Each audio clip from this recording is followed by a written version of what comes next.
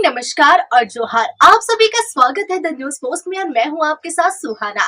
खबरों में आगे बढ़ेंगे। आज के झारखंड की तमाम 24 बड़ी खबरें और महत्वपूर्ण खबरों से रूबरू कराएंगे, लेकिन इससे पहले अगर आपने नहीं किया है द न्यूज पोस्ट को सब्सक्राइब, तो सबसे पहले आप हमारे चैनल को सब्सक्राइब करें, बेल आइकन पर क्लिक करना ना भूलें, क्योंकि इससे आपको राज्य भर की तमाम अपडेट मिलती रहेगी। तो चलिए शुरू करते हैं आज की महत्वपूर्ण खबरों से।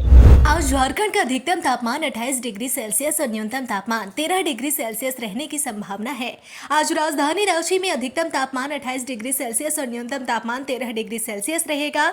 वहीं जमशेदपुर में अधिकतम तापमान 30 डिग्री और न्यूनतम तापमान 18 डिग्री सेल्सियस रह सकता है। धनबाद में अधिकतम तापमान 28 डिग्री और न्यूनतम 13 डिग्री रहेगा। डाल्टनगंज में अधिकतम 28 डिग्री और न्यूनतम 12 डिग्री, जबकि देवघर में अधिकतम 27 डिग्री और न्यूनतम तापमान 12 डिग्री सेल्सियस। वहीं मैक्लोस्कीगंज का अधिकतम और न्यूनतम तापमान 27 और 12 डिग्री रह सकता है। झारखंड में अब ठंड से लोगों को राहत मिलेगी संभावना नजर आ रही है, क्योंकि राज्य के अधिकांश जिलों का पारा 10 डिग्री से ऊपर जा चुका है। हालांकि स्वास्थ्य को लेकर लोगों को अब भी सावधान रहने की जरूरत है, क्योंकि मौसम में हो रहे बदलाव की वजह से बच्चों और बुजुर्गों के स्वास्थ्य पर इसका खासा असर पड़ सकता है। इसलिए मौसम विभाग लगातार लोगों को सतर्क रहने की सलाह दे रहा है। द न्यूज पोस्ट की खबर पर सीएम हेमंत सोरेन ने संज्ञान लिया है। पलामू के मोहम्मदगंज अंचल में कर्मचारी ने एक बुजुर्ग से दाखिल खारिज के नाम पर 42,000 रुपए घूस लेते वीडियो वायरल हुआ। इस खबर को सबसे पहले द न्यूज पोस्ट ने प्रमुखता के साथ दिखाया, जिस पर अब मुख्यमंत्री हेमंत सोरेन ने संज्ञान ले लिया है। मामले की जांच के बाद कार्रवाई का आदेश पलामू डीसी को दिया है। दरअसल अंचल कार्यालय में रिश्वत का खेल, गिड़गिड़ाती रही बुजुर्ग पर 12,000 पर अड़े रहे कर्मचारी, इस हेडलाइन के साथ द न्यूज पोस्ट ने खबर दिखाई, जिसके बाद हुसैनाबाद के सामाजिक कार्यकर्ता रहमान खान ने इस खबर को मुख्यमंत्री हेमंत सोरेन को सोशल प्लेटफॉर्म एक्स पर पोस्ट किया, जिसके बाद सीएम ने मामले की गंभीरता को देखते हुए पलामू उपायुक्त को जांच का आदेश दिया। गिलियन बेरे सिंड्रोम अब झारखंड तक पांव पसार चुका है। राजधानी रांची के बालपन हॉस्पिटल में इलाज करा रही 5 साल की बच्ची में इस बीमारी के लक्षण देखने को मिले हैं। एसीएमओ के नेतृत्व में एक टीम ने बच्ची की जांच की और सैंपल पुणे भेजा। आपको बता दें कि महाराष्ट्र में यह सिंड्रोम महामारी का रूप ले चुका है।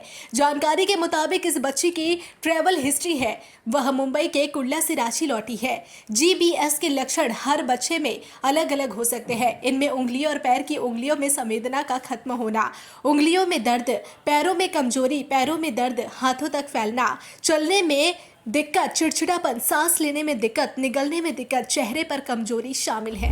राज्य का सबसे बड़ा अस्पताल आए दिन चर्चाओं में रहता है, कभी अपनी कुव्यवस्था को लेकर तो कभी बदहाल सिस्टम को लेकर।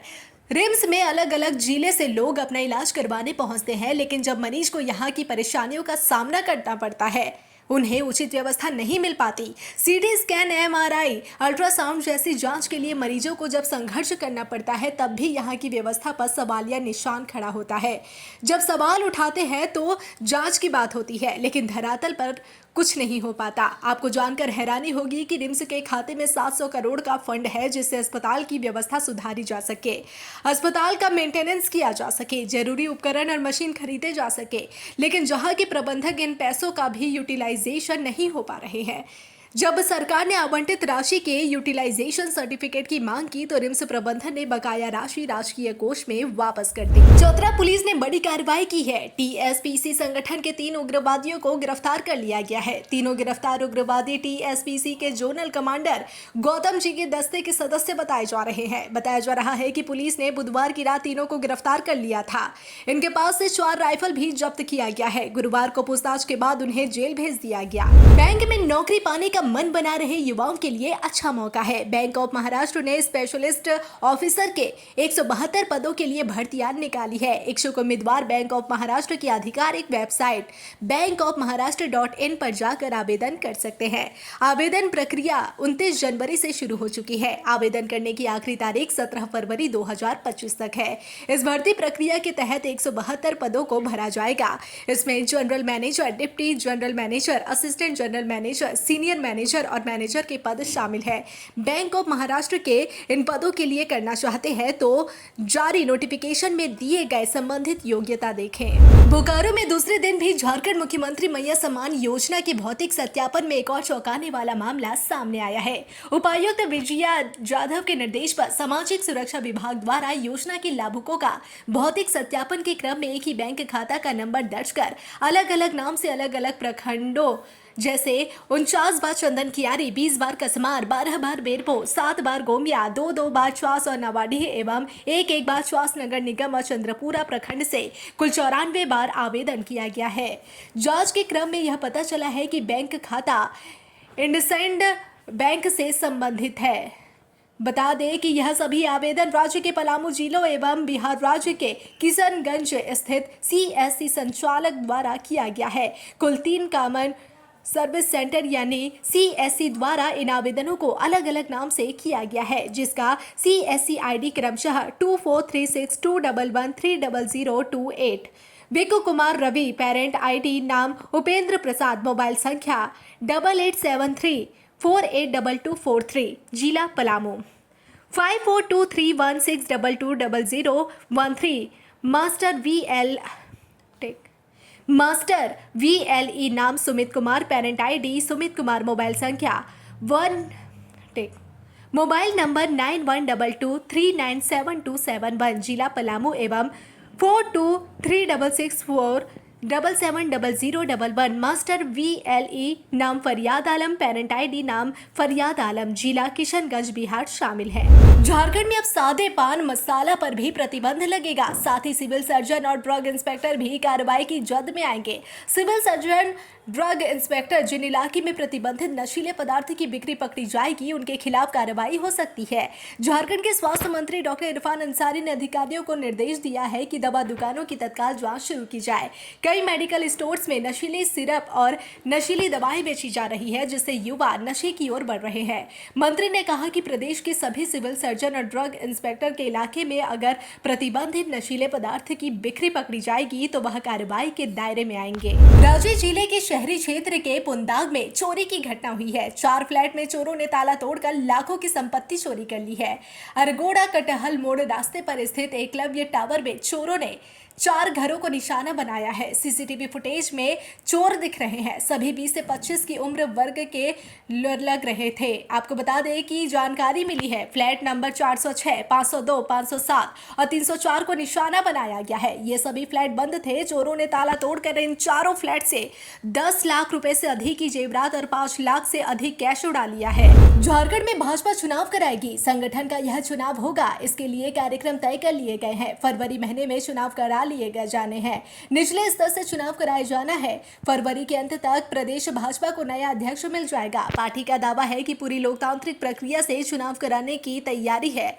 झारखंड बीजेपी के संगठन चुनाव का स्वरूप तय हो गया है। इसके लिए पदाधिकारी नियुक्त कर लिए गए हैं। प्रत्येक जिले के लिए चुनाव अधिकारी यानी रिटर्निंग अफसर के अलावा 2 चुनाव अधिकारी नियुक्त कर दिए गए हैं। सभी जिलों में चुनाव कराया जाना है। गुरुवार को इससे संबंधित कार्यशाला में सारी चीजें बता दी गई है। अब जिला स्तर पर 1, 2 और 3 फरवरी को कार्यशाला का आयोजन होगा, जिसमें संबंधित जिले के मंडलों से जुड़े चुनाव पदाधिकारी शामिल होंगे। कोडरमा विधायक डॉक्टर नीरव यादव का करीबी और मीडिया प्रभारी संजीव कुमार को पुलिस ने जेल भेज दिया। इस पर कई तरह के फर्जीवाड़ा करने का आरोप था।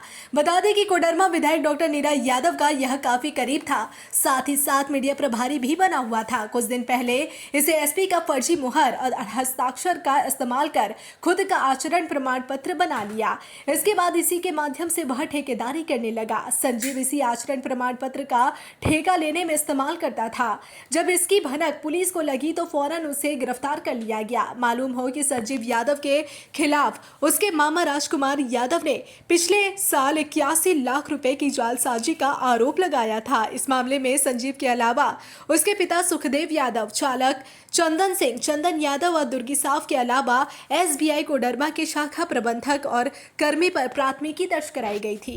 हजारीबाग के पूर्व एसडीओ अशोक कुमार की पत्नी अनीता देवी की मौत मामले में पुलिस ने कोर्ट को केस डायरी सौंप दी है। अब आज कोर्ट अग्रिम जमानत मामले में अपना फैसला सुना सकता है। आपको बता दें कि हजारीबाग के पूर्व एसडीओ अशोक कुमार की पत्नी अनीता देवी की जलने से मौत हो गई है। वह अपने पति के आवास में ही गंभीर रूप से जल गई थी। इस मामले में मायके वालों ने पूर्व एसडीओ अशोक कुमार के अलावा उनके परिवार के कई सदस्यों पर जलाकर मारने की प्राथमिकी दर्ज कराई है। 2 फरवरी को झामुमो का 46वां झारखंड दिवस है। दुमका के गांधी मैदान में आयोजित प्रमंडल स्तरीय कार्यक्रम की तैयारी पार्टी स्तर से जोर शोर से चल रही है। दोपहर बाद कार्यक्रम की शुरुआत होगी जो देर रात तक चलेगा। मंच पर सीएम हेमंत सोरेन सहित झामुमो का पूरा कुनबा रहेगा। कई ऐसे चेहरे भी रहेंगे जो पहली बार झारखंड दिवस के मंच पर नजर आएंगे। हालिया संपन्न विधानसभा चुनाव में झामुमो ने संताल परगना प्रमंडल के 18 में से 11 सीट पर कब्जा जमाया। कई चेहरे ऐसे हैं जो पहली बार झामुमो की टिकट पर चुनाव जीतकर विधानसभा पहुंचे हैं, जिसमें बोरियो विधायक, राजमहल विधायक और जामा विधायक का नाम शामिल है। गुमला के ग्रामीण क्षेत्रों में सरकार की ओर से सड़क बनाने की पहल नहीं किए जाने के बाद ग्रामीणों ने श्रमदान करके सड़क बनाने का काम शुरू किया है। हालांकि जिला के प्रशासनिक पदाधिकारी ने बताया कि ऐसे सड़कों की जानकारी जब उन्हें मिलती है तो उनके द्वारा भी सड़क निर्माण को लेकर पहल की जाती है। ग्रामीणों को कम से कम प्रशासन के सामने ऐसी सड़कों की जानकारी देनी चाहिए ताकि प्रशासन उसी दिशा में कार्रवाई कर सके। गुमला जिले के असरो पहाड़ टोली में गांव का मामला है। ग्रामीणों ने बताया कि उन्हें सड़क की काफी समस्या है, खासकर बरसात के दिनों में पानी भर जाता है और गांव से निकलना मुश्किल हो जाता है। हत्या के एक मामले में अनुमंडल न्यायालय चांडिल ने आरोपी को बड़ी सजा दी है। यह हत्या 2022 के मई महीने में की गई थी। ईचागढ़ बाजार में अपराधी ने एक बड़े और सम्मानित व्यक्ति की हत्या कर दी थी। पुलिस ने तत्काल आरोपी को गिरफ्तार कर लिया था। इस मामले में पुलिस के द्वारा आरोप पत्र तेजी से तैयार कर कोर्ट में जमा किया गया था। उसके बाद कोर्ट में सुनवाई हुई, जिसके बाद अब फैसला सुना दिया गया। झारखंड के राज्यपाल संतोष कुमार गंगवार नई दिल्ली के दौरे पर है। राज्यपाल ने दिल्ली में कई लोगों से मुलाकात की है। कुछ केंद्रीय मंत्रियों से भी मुलाकात कर झारखंड के संबंध में चर्चा की है। वाशिंगटन संयुक्त राज्य अमेरिका की राजधानी वाशिंगटन डीसी के रीगन एयरपोर्ट पर बड़ा विमान हादसा हुआ है।